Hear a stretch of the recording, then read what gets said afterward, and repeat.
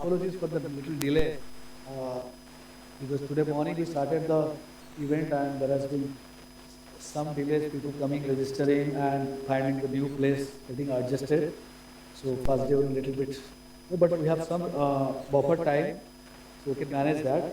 And also in this session, which is a very unique session for ILDC, we have three speakers, so I think we have a lot of time to discuss and we can also, I think, very well manage the time. So here will be, as you can see, this is though we call it India Land Development Conference. Since its beginning, we have some participants always coming from countries other than India and participating and sharing. There has been some examples earlier where people from Nepal, Bangladesh, and neighboring countries have participated. And also, while we went online, we have Asian African delegates participating in that event in 2020. And this year, we are fortunate to have two team of delegates coming from two different countries. One from far off from Ethiopia, a GIZ team delegate about 15 people, and from two projects, and then another delegate from National Land Commission Bhutan, 10 delegates. So we welcome them to ILDC. So happy to be have you here, and hope you enjoy your stay here in the beautiful city of Pune and also the nice ambience of Flame University. Food, I think Ethiopian friends are managing well. They are okay with Indian food, and Bhutanese, I think, not much problem. So we, I think, carry same time, similar legacies. And many of you also study in India and we share similar cultural experiences. So this session is about sharing experience from their land innovations. So we have three presentations today, and this is there. Great. So today we have three presentations. Two from Ethiopia. Yeah. Ralph, are you able to hear me? Ralph, are you able to hear me? Yes, can you hear me? Good morning. Great. How are you? Good, good. We are able to see you. Apologies because in Meet it's a little difficult to organize all the connections, but you can see your friend Pranab. Yeah. Yes. Yeah. Sorry, I just checked this morning at 7. The visa, there was no visa in at 7. Otherwise, I would have come today, but no visa in, no visa. So actually, we need to deal with this. Yeah, we're really sorry. We can have so for online participation, boundaries and politics are no barriers. So we can always participate online. So maybe we'll try next time in a better way that we'll have you in person here. So we have two Ethiopian presentations and one Bhutanese presentation, and we have with us. Let me have the pleasure of introducing the panelists. So Ralph Mayer, who has already just joined online, who has joined online from Ethiopia, and then we have Abebe Belay, who is here in person, and also we have Sonam Chodan from Bhutan, who are also in person. So can I request Abebe and Sonam to come on the list? Or you can sit here. I think the chair, please, why don't you sit here? While I introduce, so let me introduce Sonam first. Sonam is an assistant land registrar in the Urban Land Division at the National Land Commission, Secretary of Bhutan. She has a bachelor's degree in population and development studies, and she is very fresh in the land registry, and I think she's working. This is the second year of our India land in Bhutan. Abeba is a civilian land government professional with about more than a decade of experience in Indian Ministry of Agriculture. He specializes in land law and administration, focusing on real property law. He holds a LLB from Debe Marcos University and also MSc in land administration from Bharatpur University, and also MA in governance from University of Yaoundé. So quite a mixed law, administration and governance. His expertise lies in shaping implementing land governance framework to support sustainable land management and equitable access.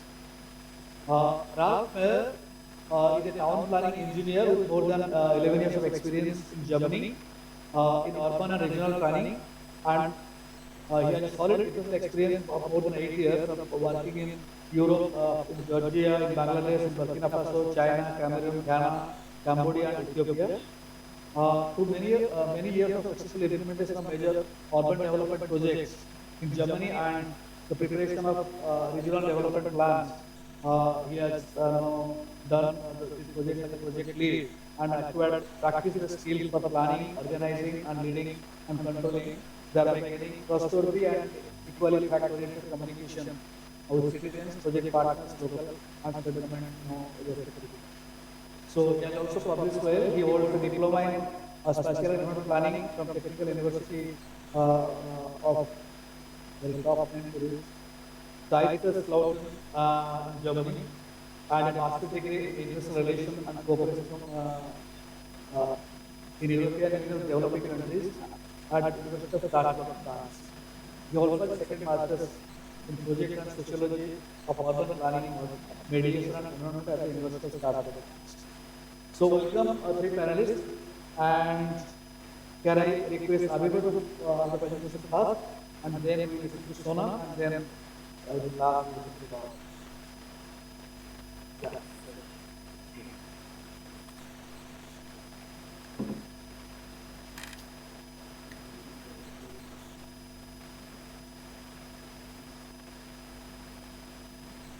Yeah, I think you can minimize that.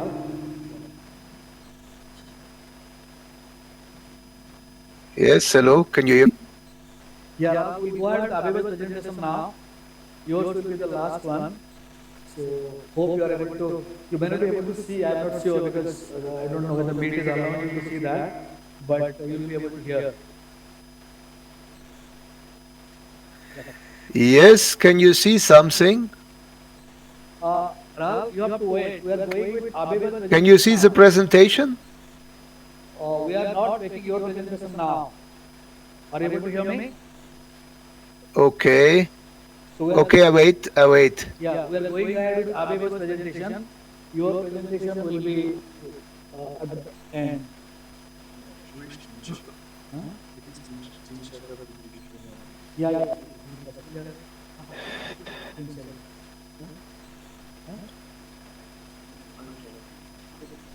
Okay, yeah, are you able to see Abhiba's presentation now? Yeah. Can you? Huh? Moving?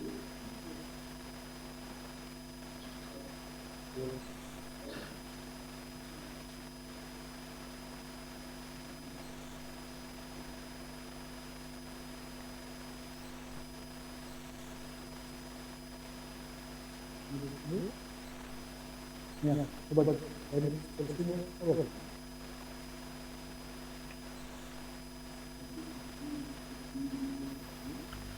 Yeah. Yeah. Yeah.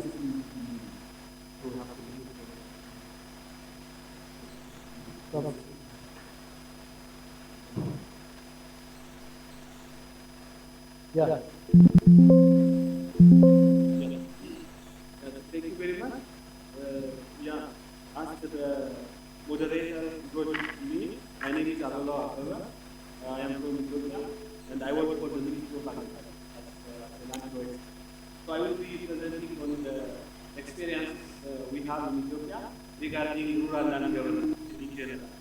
So I will be presenting about the policy legal reports that we are reporting at this time, the large-scale rural land tightening redistribution program in Ethiopia, the national rural land acquisition policy system, and also finally the beyond certification program that we are implementing, and finally the role of this rural land governance in supporting sustainable development.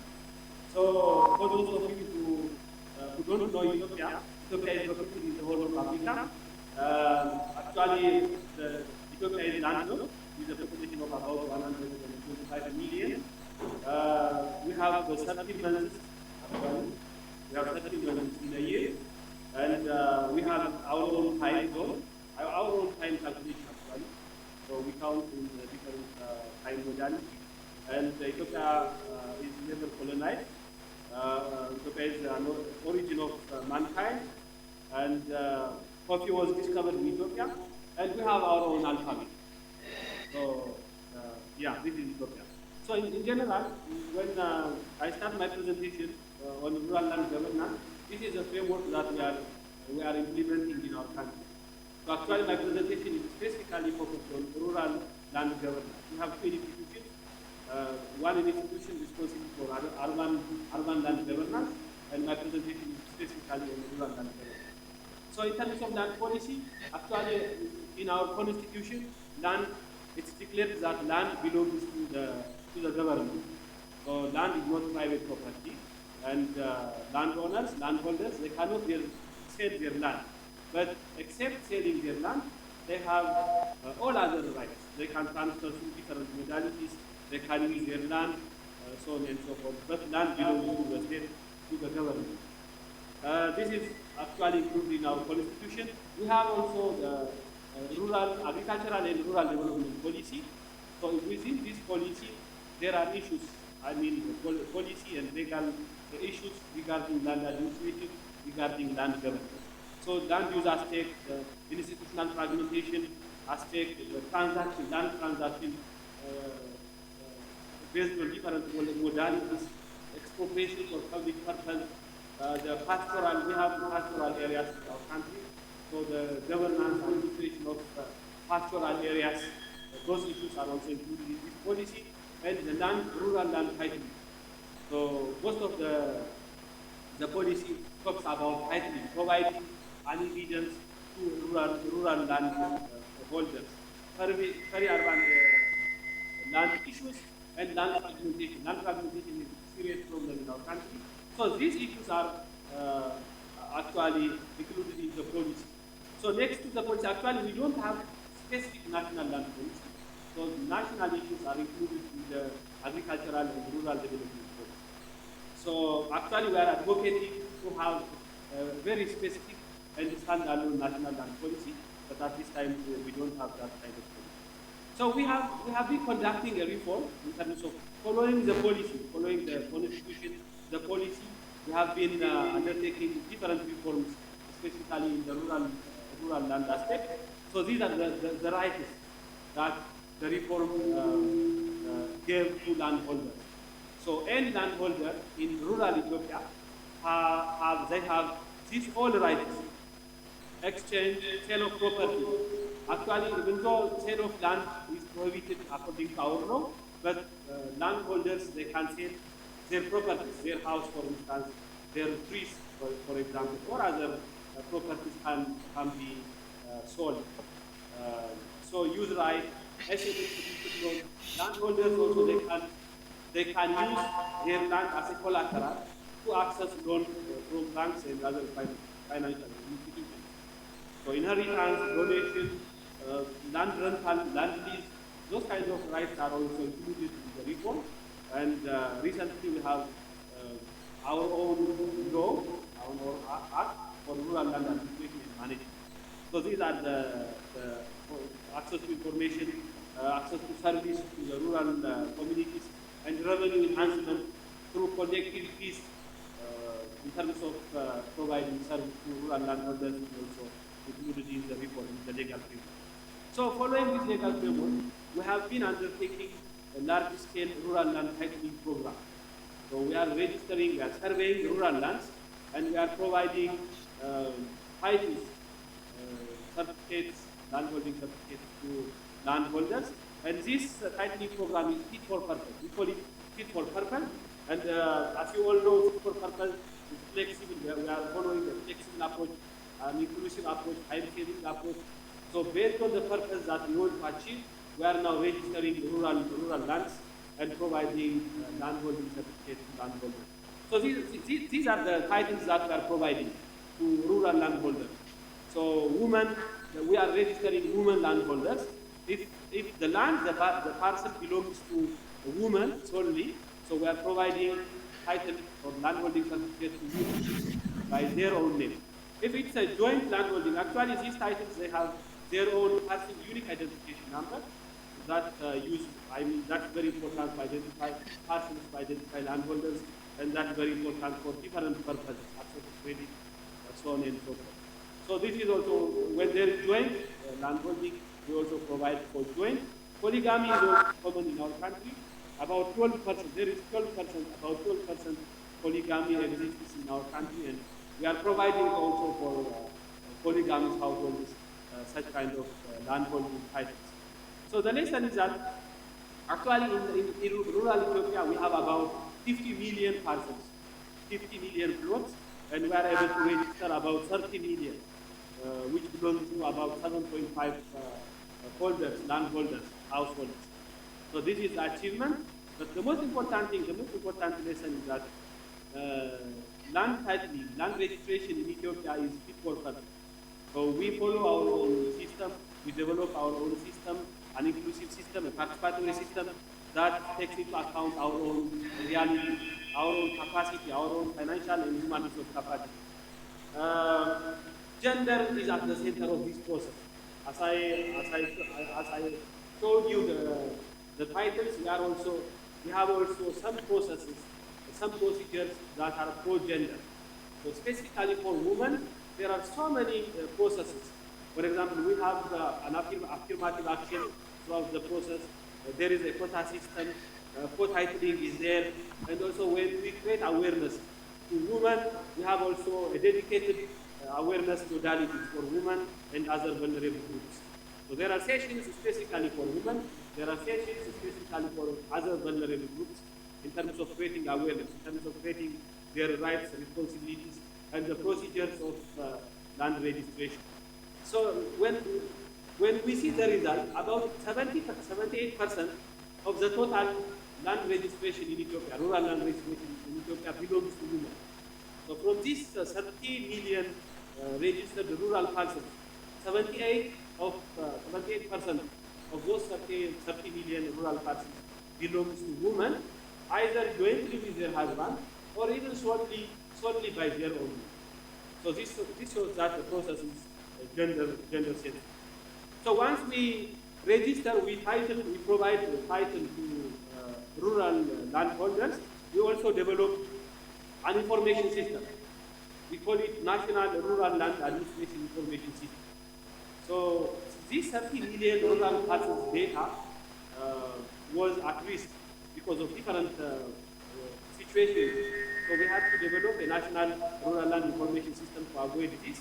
And this is about the system. So the system starts from a local level, at the district level, even below district level. So there are people working, professionals working on this system, provide land transaction data, provide information, provide any service, and it starts from the local level. So it goes up to the federal level, and we are also, the country is also in the process of developing this national spatial data infrastructure. So our system is also very important and input for this national spatial data infrastructure. So this system, we are able to cover currently about 500 districts with this system, and the system is able to connect those districts with the federal government, with the regional government, so on and so forth. As you see from the map, the green area shows that these green areas have the system in place. So they can use the system for transactions, for different land-related services. We have also the Beyond Certification Program. So we provide titles to rural landholders, but that is not enough. So we have, these land titles, the major objective of the Beyond Certification Program is that those rural landholders, they have now titles. So they can use their titles for different purposes so that they can increase their productivity. So that is the major objective. So based on this, through the second level land certification, we call it second level land certification, that is a titling program, the title itself. So we put this land titling program, the certificate into the market system. So landholders, they can access now credit from banks, microfinance institutions, and they can access credit through their land use right. And they can invest in different agricultural activities, even in different farm activities. So landholders, they are now increasing their income through these interventions, through rural land rental market. Even yesterday, someone was talking about the youth. So in our country, especially the youth population, they don't have land. So one of the modality in addressing those youth population is through land rental market, through accessing, through creating the market and enabling market, so that those landless individuals can access, land through this rural land rental market. The insurance, crop insurance is also there, part of the beyond certification program. And finally, rural landholders, they are increasing their income, they are diversifying their livelihood, and this is the major objective of this beyond certification program. Finally, this program, it has its own role for sustainable development. So one of the big impact of the rural land tightening program is it strengthens the tenure security of landholders. It increases tenure security. Landholders are now, they believe that someone or even the government can't take their land without due process of law. So this is one of the major impacts, because they can invest because of this tenure security. They can invest in their land. They can do so many soil conservation activities, soil and water conservation activities. Conservation, as I said, this is also one major impact. Income diversification, due to this access to credit, land rental market, crop insurance, they can diversify their income. So this is one of the major impacts. Gender equality, it brought also good governance and reduces land-related disputes. Previously, before the registration program, about 70 up to 80% of civil cases in a court was land-related. But now those percentages are reduced about 10 up to 15%, and this is the major impact of the tightening program. In general, this tightening program has a role for sustainable development. So it supports the sustainable development of the country. Thank you very much.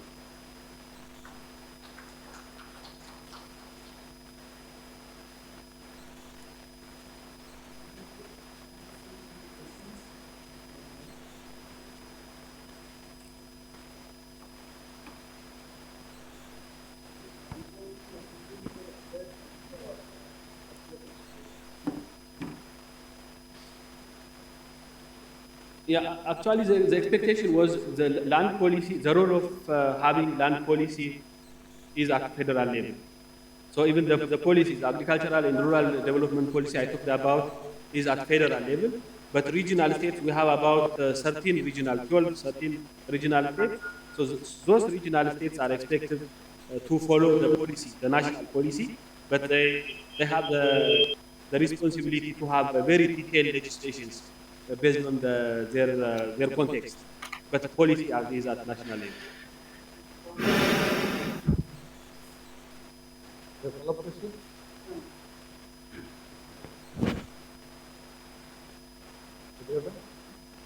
Okay, I think the theme of the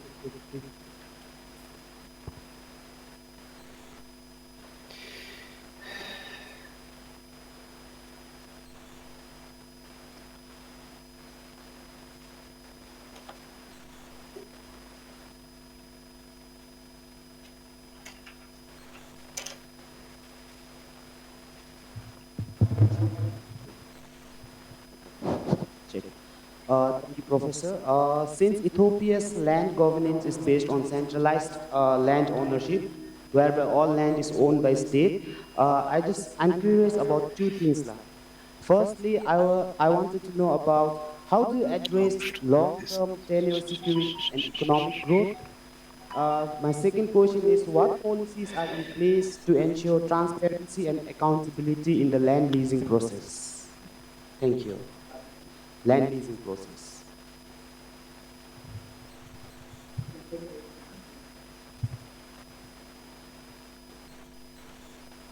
I wanted to ask about your pastoral population. One of the things we have in India is that land as a resource often is owned by multiple people at a particular point in time in terms of use rights. Now, your entire process seems to be heading towards defining land in terms of a single user. Now, pastoralists often use land do not belong to them. It belongs to others. And not necessarily that they have access all the time. They have access part of the time. How are you dealing with this question of multiple users in the context of pastoralism? When in the case of Ethiopia, clearly, you have both agrarian and pastoral populations in large number. Thanks.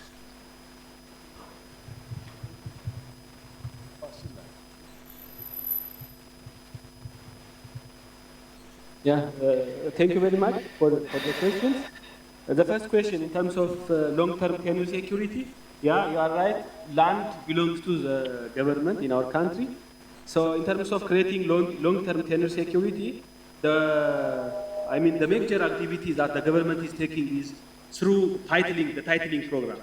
So individuals, they have indefinite tenure right, actually. Even though they cannot sell their land, they have indefinite land tenure right. So registering and providing evidence, providing title for those rights is one of the major, initiatives that are conducted by the government. That is number one. Number two, in terms of transparency, accountability in land lease policy, actually, as I said, we have two dimensions of land governance. For the urban land, we have a different policy, we have a different institution, we have a different law. For the rural land, we have another different dimension. So in both areas, actually, we have, as I said, we have policy and we have legal frameworks, even 2-3 legal frameworks. So in those legal frameworks, there are provisions that are included in the legal framework, meant to bring transparency and even accountability in the system. So there are provisions. But as I said, specifically in the rural area, we don't have standalone national land policy, but still the legal frameworks are there. In terms of pastoralists, yes, in our country, actually 65% of the Ethiopia, landscape is, under pastoralists, almost 65%. So in terms of managing this pastoralist land, we have our legal framework. We have customary rules, actually. Those pastoralists, they have their own customary laws, customary institutions as well. And those customary rules, customary institutions, customary dispute resolution forums, they are recognized by the formal law. So we recognize those institutions, laws, dispute resolution arenas in the formal law. And we are providing, even for the pastoralists, we are providing titles even at this time. So we give them titles, landholding titles, but still the management is conducted by the customary institutions. So in terms of these customary institutions, they have their own, negotiations, agreements between them. So mobility is there, so they can move from one place to another place according to the arrangement, according to the discussion conducted by different pastoralist communities. So what the government is doing now is providing the titles, but still the management is conducted by customary institutions. Thank you very much. Thank you very much, Mr. Abago. And give him a big hand. I think it was a very good presentation. And we also all learned a lot. So it is really remarkable to see that your disputes have reduced by from 70% to 10% after titling. And women jointly or singly own more than 75% of land. So I think India should draw some lesson from them, because we have still 2/3 of civil court cases are on land, and despite digitization does not reduce, it is increasing in many cases, and women land right is still reduced. Can I request Sonam to please come and have a presentation? Ralph will come to you at the end. Okay. Can I start or? Hello? Ralph, you have to wait. Wait, there is another. Hello? Hello, are you able to hear me? Hello, are you able to hear? Yeah. So I think you have to wait for one more presentation by Bhutan. So after that, your presentation will be done. Okay, Yeah, good. thank you. Thank you. Okay, okay.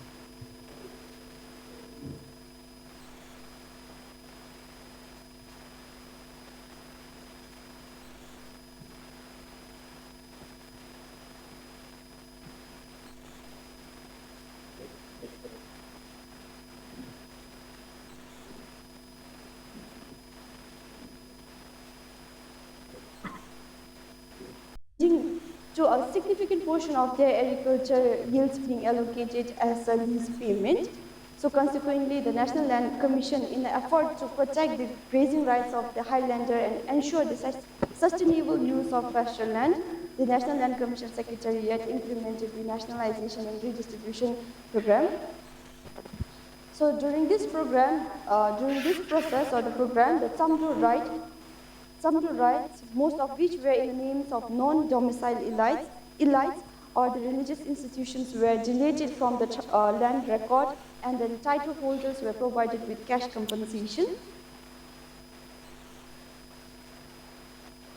So this is the implementation strategy, implementation strategy of the program. That's the sum total redistribution framework. So basically, in this implementation strategies, there were categorization of six categories. For the number one category is the domicile people with no herds or no yak with pasture land. So the proposal here was to provide to those domicile people, to provide yaks to the domicile people because of the security and culture reason. So the second category is the non-domicile people with no herds but with pasture land. So the proposal here was to nationalize. So the third category is the domicile people with no herds and no pasture land. So the proposal here is to redistribute the pasture land and provide yaks by the government at subsidized rate. So the fourth category is the non-domicile people with no herds and no pasture land. So the proposal here was to nationalize. The fifth category is the domicile people with yak and with samdo. So here we provide the user right certificate. We call it samdo, the user right certificate. So here the people get 90% tax rebate. 90% tax rebate. So the sixth category is the non-domicile people with yaks, owning yaks and owning a pasture land. So the proposal here is to give on leasehold. And then the seventh category is the domicile people with yaks but with no pasture land. So it was from the proposal here was to redistribute the pasture land from the religious institution which once used to hold, the religious institution once used to hold a maximum of the pasture land. And then the third and the last category is the non-domicile people with herds, but without the Tsamdo was to give on leasehold.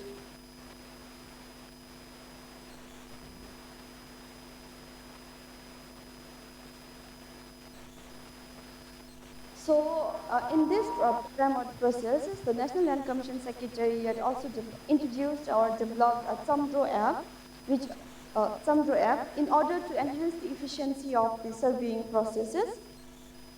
It is an innovative mobile application that empowers herders or the highlanders by enabling them to directly participate in surveying and mapping process of their own pasture land. This user-friendly app integrates image tags and voice feature, allowing herders to conduct surveys independently by using their own smartphones. So in order to address connectivity challenges in remote highland areas of Bhutan, the Tsamdo app was specifically designed to function offline, allowing seamless data capture even without network access. So the most pertinent conflicts or the issues while performing this process was the boundary dispute. So in order the boundary dispute, which was effectively resolved through participatory mapping exercise. This strategic deployment of Tsamdo app not only accelerated the surveying processes, but also enhanced local community engagement and empowerment by fostering a sense of ownership and responsibility towards their pastoral land. So to talk about the impact of these best practices, firstly economic, the Tsamdo app has reduced the surveying and mapping cost and time. What once took a year now takes just a month, and it is said that while surveying and mapping, the cost was estimated to be in millions, but however the cost has been reduced by 90%. So in terms of ecologic or environment, the Tsamdo app utilizes precise mapping to designate their grazing area. This implementation has minimized overgrazing, soil erosion, maintained water quality, thereby improving overall environmental health. So in terms of social, the approach implemented here is participatory approach involving local communities and empowering them regardless of their gender. This inclusive approach cultivates a strong sense of ownership and responsibility among the community members, fostering collaboration, mutual support in various land-related activities and issues. So in terms of climate change, the pasture data generated by the Tsamdo app enables evidence-based decision-making and formulation of mitigation and adaptation of strategies across the sectors. That's all. Thank you. If you have any question, feedbacks, or comments, my whole team is there to back up me.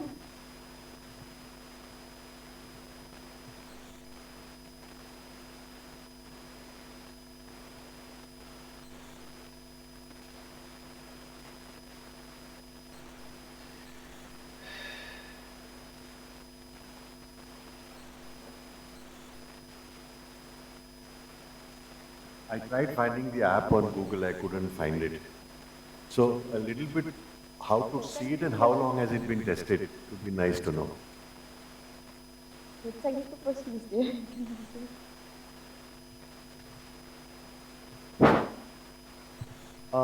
The Tsamdo app is not available on Google Play Store and all. It was designed specifically for Bhutan, so we have a specific base APK which we need to share. So it uses a specific base APK, so we shared it to Highlanders through our system. So that it was tested around for, it took around 3 months to develop that. It was found that the Tsamdo app provided accuracy of 5 to 10 meter accuracy. So which we thought was for rangeland surveys, or which we thought it was acceptable. No, sir. It's exclusive for it's inclusive for Bhutanese Highlanders or Bhutanese community only.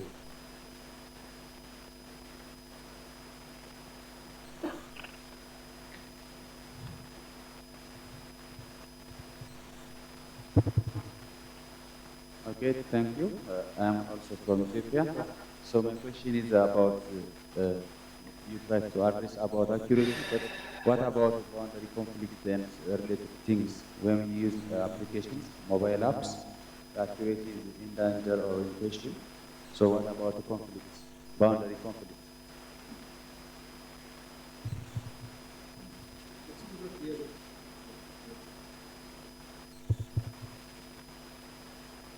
Uh, Let me brief my question. What about when we use a mobile app instead of other surveying methods? There could be inaccuracy questions or differences which causes a boundary conflict, the causes of conflict. So how do you elevate such things? Thank you.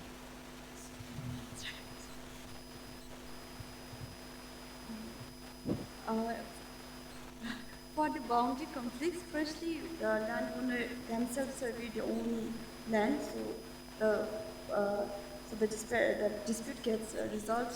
Certain percentage of the dispute gets resolved here, and for further verification at the district level, we have GEO verification committee in which the survey points and the maps shared done by the landowner gets shared to the verification committee, and then the verification committee verifies their data with the existing data.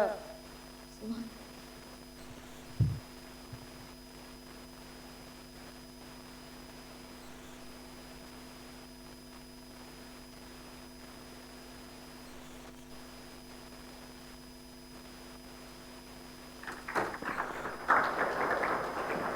It was a very good presentation, I think. And now we'll move to Ralph. Ralph has been waiting for long. So Ralph, over to you to start your presentation. Are you able to hear us?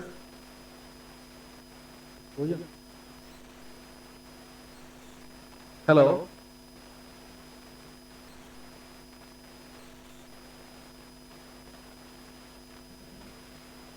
Yeah. Ralph, can you start your presentation, please? Okay.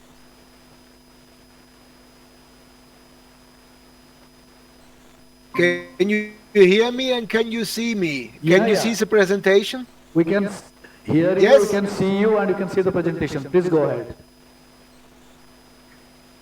No, can you see the presentation? Yes. Hello? Yes. Okay, good. Okay, let me start. 10 minutes, 15 minutes, okay? Okay, I'm starting. We are speaking about land use planning, about participatory and integrated land use planning in Ethiopia. I just want to, Mr. Abeba, introduce the situation in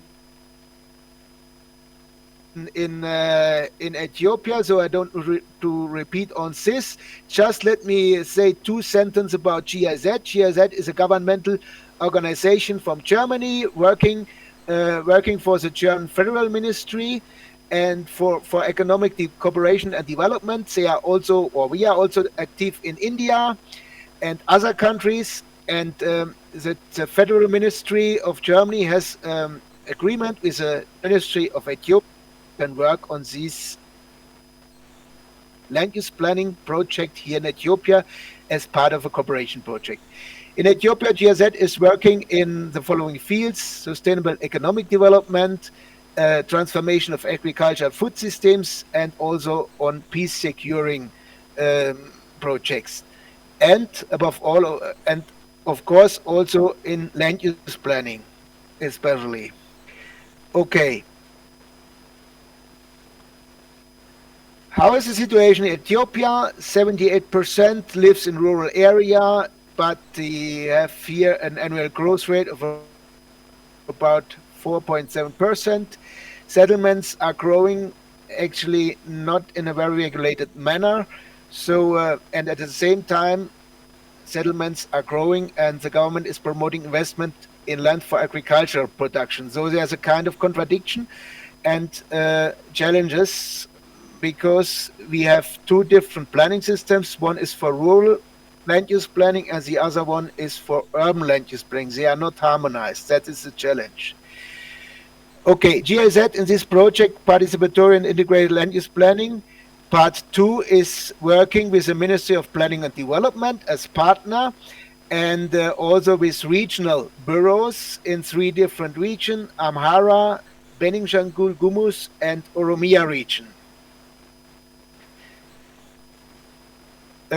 Main project objective is to improve institutional and regulatory framework for integrated land use planning at different levels, predominantly as national level, but also at regional level, and when it comes to the application, of course, at district level.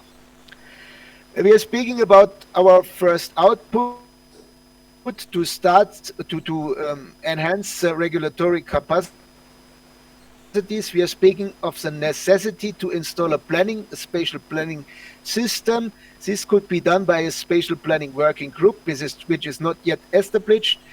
But first, let me say 2 sentences about what is a planning system. We have planning levels: national, regional, zonal, Woreda, and Kebele in Ethiopia. We have sectors: infrastructure, environment, agriculture, forestry, and so on.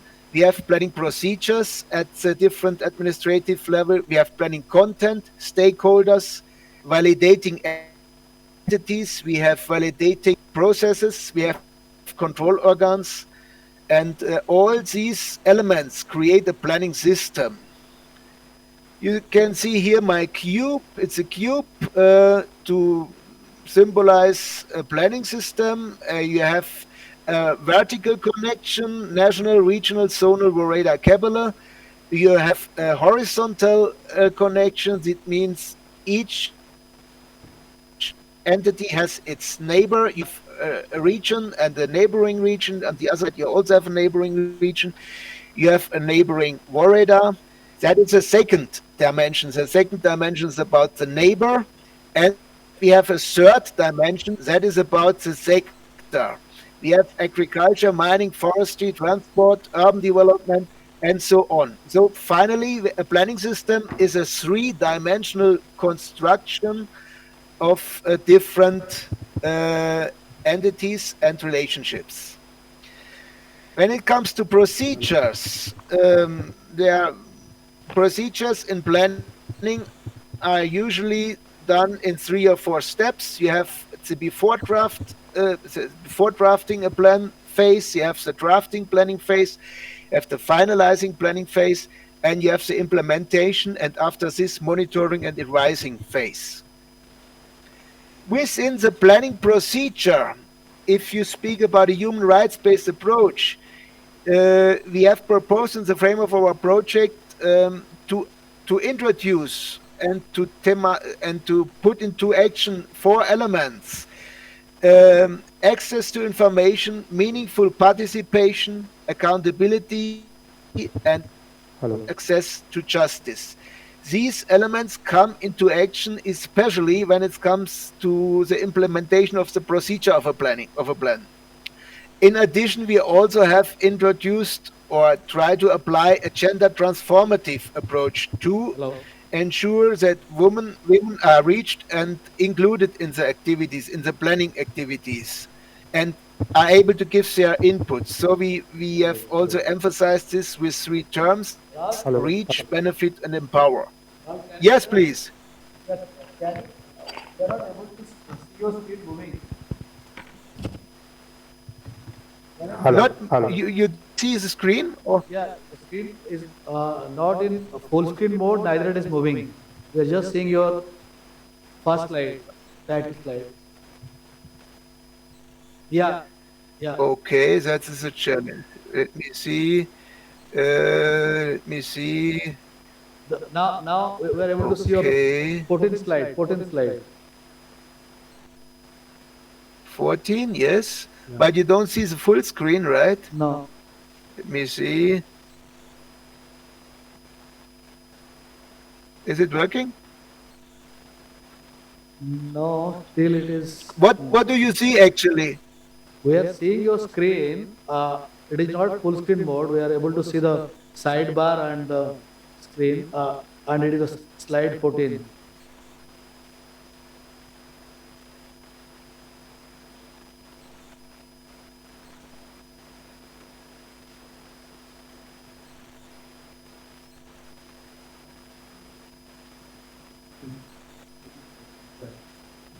Can I go to the presentation mode? Can I go to the left of the slider below your screen? No, bottom right. Bottom right, there is a kind of, yeah.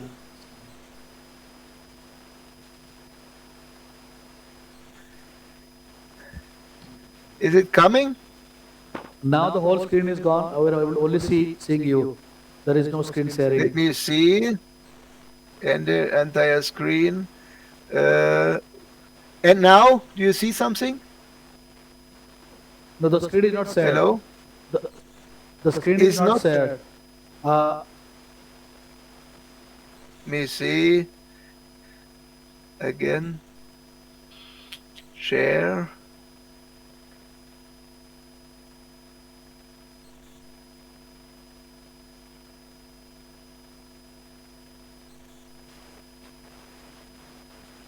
And now? No, no. Okay, again. And now? Maybe. Yeah, coming up, coming up.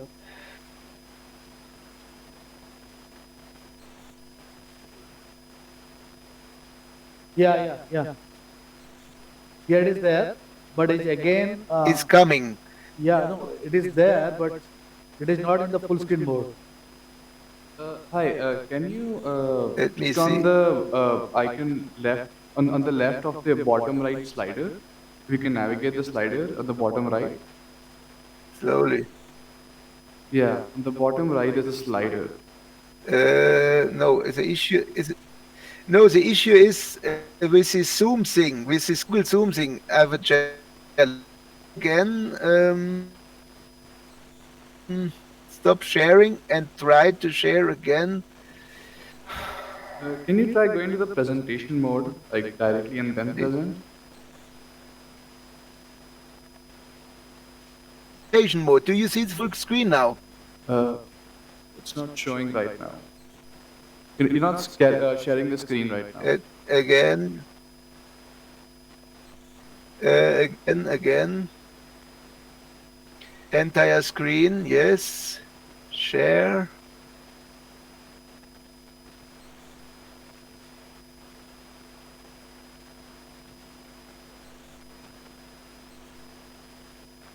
No.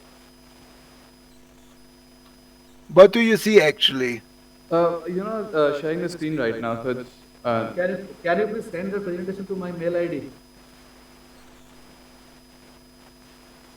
No, the presentation is probably too big. We're able to see you, but not able to see the presentation. Please, what do you see actually? What? We're seeing Okay, you. now let me try again with a smaller option.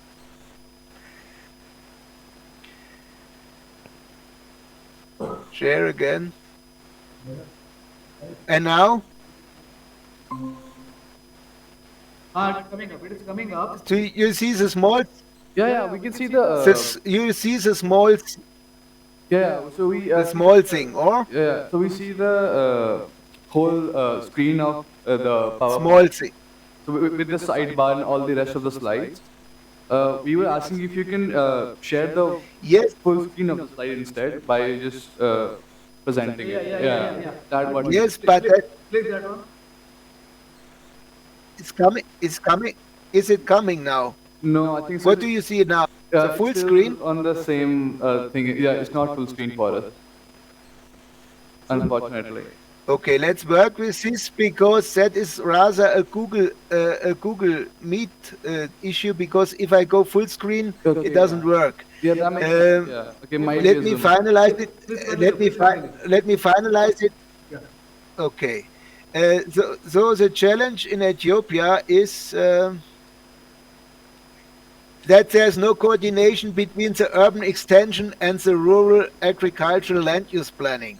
So then we have, for example, this is an example that within the frame of the project, we propose to determine the future urban extension of already existing settlement and also to define connection points. That is a point which we try to propose to the responsible to the responsible agencies and governments. For example, here's an example of a Woreda. Woreda is a kind of a district, and you have here urban settlements and you have rural land use. And there are two urban settlements which are indicated here where we defined or we proposed the definition of an urban extension to reduce conflicts. We go further. This is a current land use map of a district in Amhara region, and you have different kind of land use. You have agricultural land, you have urban land, you have forest land, grassland, and so on. And I just go into detail. That's a small town called Addis Kidam, and you see here the already existing urban structure. And the thing is, the challenge is that urban development is now proposed. You see here's a gray line, and the challenge is that we have actually an urban structure of around 274 hectares, and they plan an urban extension to 2,611 hectares. That is nearly 10 times. And there is no justification to do this extension because population is growing, yes, but it's not growing to this extent. That is a challenge now that already registered land parcels where smallholders have probably get expropriated because of an urban settlement which is planned like this, but with no sufficient justification. Why does it need to be such big as it is planned? That is a challenge we have. So we have here a big overlap of already registered land parcels. Our planning, we propose extension of this settlement up to the gray line, which you see here, but rather small. Here you see it's the red areas. That is what was proposed on the basis of an survey where urban extension would be less harmful, and agricultural productions, especially for the smallholders, can go on. I come to the next picture. How is planning, how is land use, and how is climate smart investments, how are they linked? And the thing is, without a planning system and without a proper land use plan, you don't have the right to invest, and you don't have finally food security. And to put it in a positive way,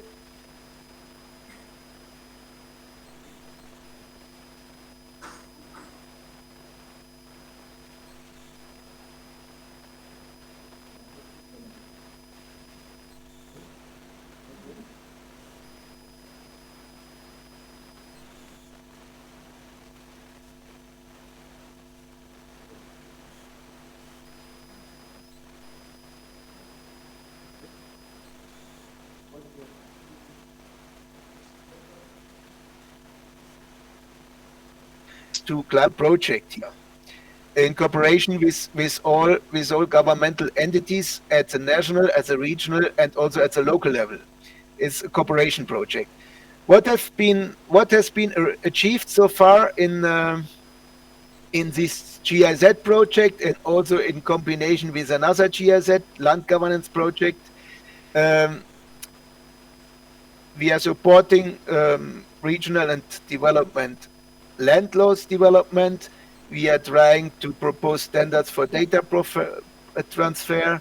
A spatial planning conference was performed. We had proposed the concept of a spatial planning working group. There was a Center of Excellence for Land Administration at Avasa University was established. There has been a curriculum developed for integrated land use planning studies at the Ethiopian Institute of Architecture, Building Construction, City Development, a human rights based and a gender transformative transpose approach has been taught and applied at various intervention levels. We also we proposed for training modules on which is vocational training, and we have yeah, I think that was it.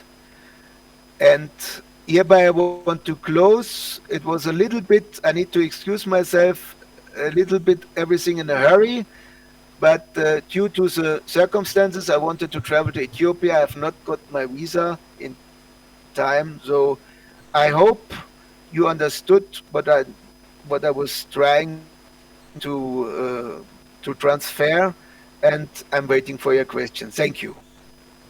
Thank you, Ralph. I think there was some technical issues also this side. Yeah, but we're trying to set it up. Yeah, but that led to some of your, there was some lag in between. But the kind of work you are doing really pretty exciting, and the way you are trying to integrate both urban planning will be also useful exercise, in Indian context. Any questions? Anybody? Any urban planner here?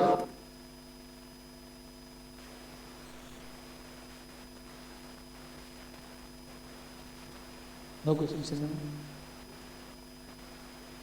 Yeah. Balbir, you have a question?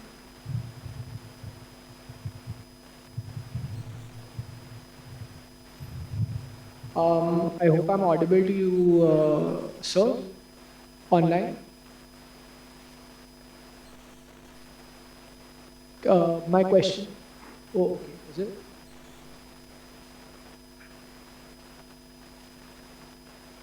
Are you able to hear me? Yeah. Yes, yes. There is a question. I just wanted to ask if you could repeat your point on food security in relation to the experience of the project. Yes. Let me put it very easy on a higher level, but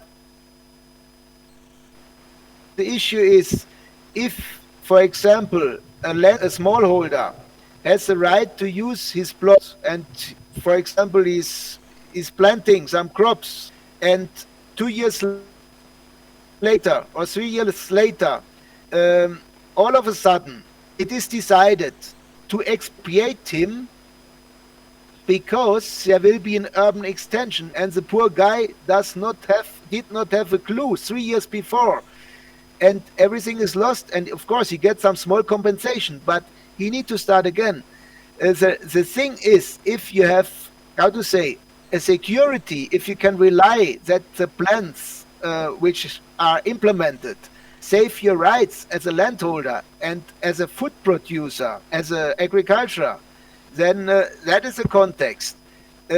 If you're not sure, if you start your small agriculture business, your small farm, and 2 or 3 years later you get expropriated because of an urban extension and you didn't know about it, that is a challenge. And we try with a project to bring the people together, that they do integrated planning, that urban extension and agricultural food production should go hand in hand, should go coordinated, and that you can plan 5 years ahead.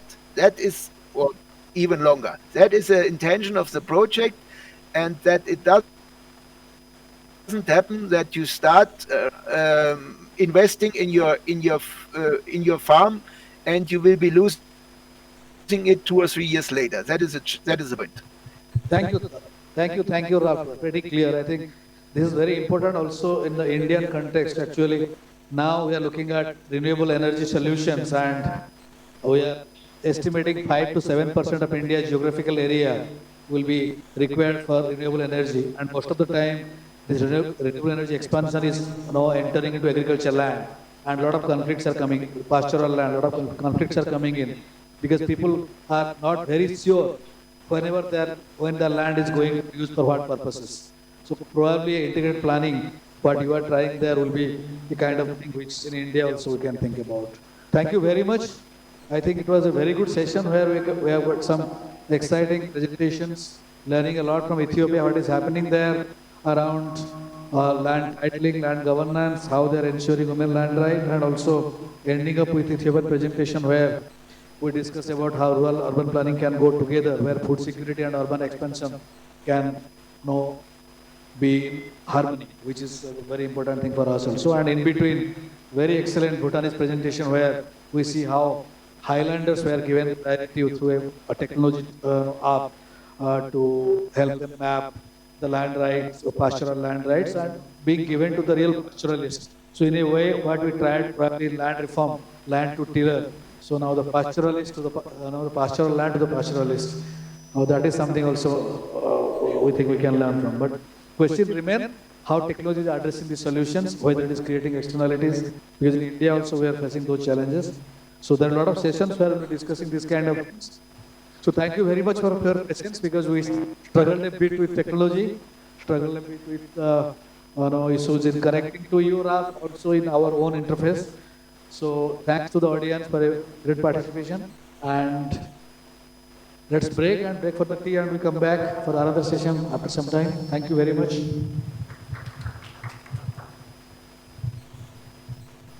Thank you. Thank you, Thank Raf. you. Thank you.